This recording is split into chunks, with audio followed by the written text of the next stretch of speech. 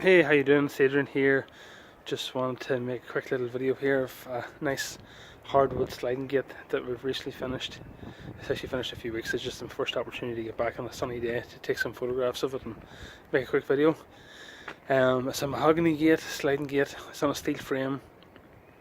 The height is a little over 1.8 meters, it's 3 meters wide, and it's automated. And the original gate, we can get it this way, make it a little better. The original gate was a softwood gate that had been about 5 or 6 years old and started to look quite dilapidated.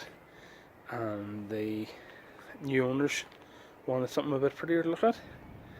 So this is what we have, and it matches in really well with the existing windows and door on the building. We're down in Rathmines, Dublin City Centre. So this is what a mahogany hardwood gate would look like. Thanks for watching. Talk to you soon.